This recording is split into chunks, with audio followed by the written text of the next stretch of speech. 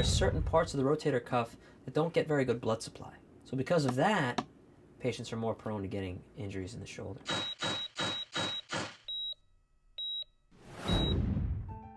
One of the reasons that shoulder injuries are common is because we're a much more active population than we used to be.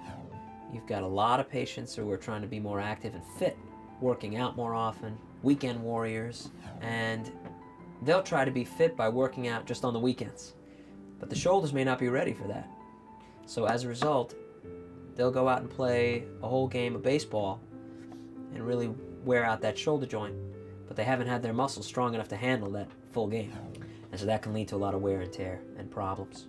In addition, there's certain parts of the rotator cuff that don't get very good blood supply.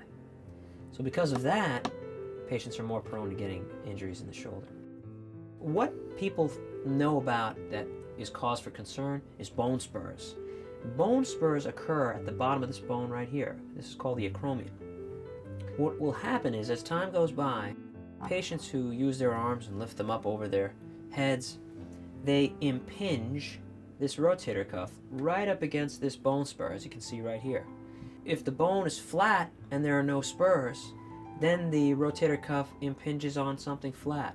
But if there is a bone spur and then the rotator cuff impinges up against the spur, that can eventually lead to damage to the rotator cuff, such as bursitis, tendinitis, and eventually perhaps a rotator cuff tear requiring surgery.